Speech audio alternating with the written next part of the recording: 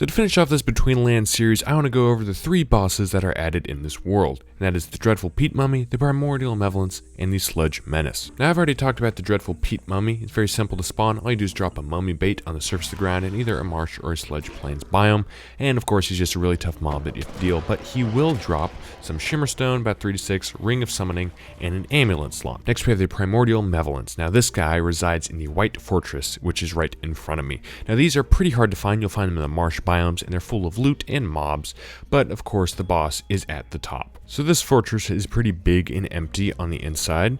You can see, not too pleasant of sounds in here, but we do have a bunch of pots around here. You can break these and get some items out of them. Each time you see a crystal, that is going to be a spawner of an unpleasant mob, so be very careful around here, as these guys will attack you.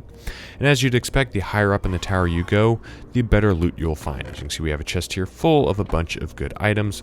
And once again, over here, you can see we got another chest in this room. And then finally, we have the open floor up top. And now, as you can see, we got some more chests up here, but we mainly have these 3 rooms right here. In the bottom one, you have a spike room, so watch out for these guys as they move around. And in there, you're going to get a sword that's going to allow you to then fight the boss up top. And in the middle, we got a nice double chest loot room that you can see right there with a spawner, so of course, be very careful. So now that I'm in this room, you can see we got 4 energy beams, I guess, coming together in the center. Now to break these things, you're going to want this swift pick, and you get this very simply, well, kind of a little bit of luck. You go to the animator and you're going to place one of those item scrolls in this pick. In fact, some of those chests even had item scrolls in them when I was just looking through them. Hopping over to game mode 0, if I come up here, you can see that over a little bit of time, we'll eventually break it. And then it goes into the center there. Now you need to maneuver your way around here without taking too much damage. Just jumping over the spikes, there we go. And we can break the second one. Now you can use other pickaxes, but this one is just very fast at breaking these things. All of them have now been broken, and then we will have a sword drop down into the center. I love the animations in this mod. So let's pick this up. It's called the Shockwave Sword, and this is, well, a glorified toothpick. Now this sword, when you right click on the ground, it will make a shockwave, as you can see, and that will deal damage to mobs and knock them back. And then on top of that, it has the same amount of damage as a diamond sword. So it is a very good sword. Now, of course, you need this though, because it says only this sword keeper may pass this point. Now, since I have the sword, I can pass. And of course, as you'd expect, we're about to have a boss fight. Here we have a guy who says, "Hey, how's it going, buddy?" So what you have to do to activate this guy is simply look at him in his eye. And kabushki.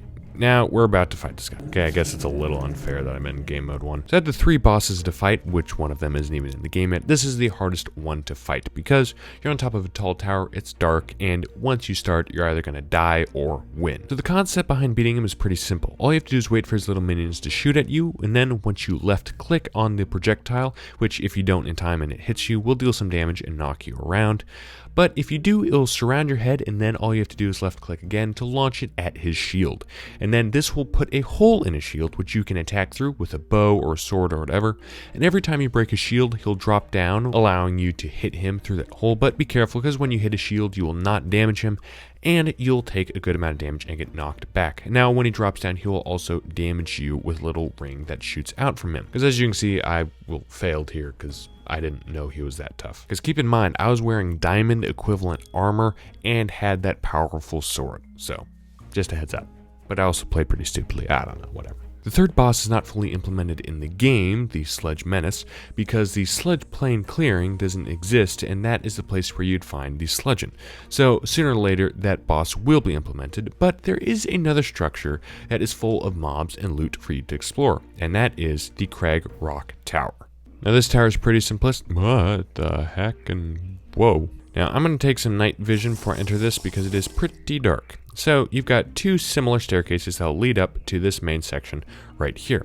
Now in this section you can see you got stairs that'll continue to go up, and you've got kind of like a little basement section. Now all these crystals, as I said before, are spawners. You got a bunch of pots which you can break to get stuff. So you can see break it, get some coins, all that. So you keep going up and up and up. Wow, I called these coins. And these rooms just kind of repeat, going up and up and up. More mobs for you to fight, more loot for you to get, until you eventually reach the top, which is a little ways up. And we're getting there. We go. The top is here. You can see you got a bunch of pots, some chests here, and of course mobs for you to fight. So it is a pretty nice little loot dungeon. Wait, is it a dungeon? Is that only underground? I don't know. It's a good tower. So those are the 3 bosses that are added into your world. Hopefully the Sledge Menace will be added in very soon, but you just got a bunch of structures like this and some small things that contain loot that you'll just find randomly throughout the Betweenlands. But for now, thank you guys for watching. If you liked it, leave a like and subscribe. Also comment down below any questions you have with this mod or any things you'd like to know, and I'll be happy to answer them. So for now, I'll see you all in the next video. High five.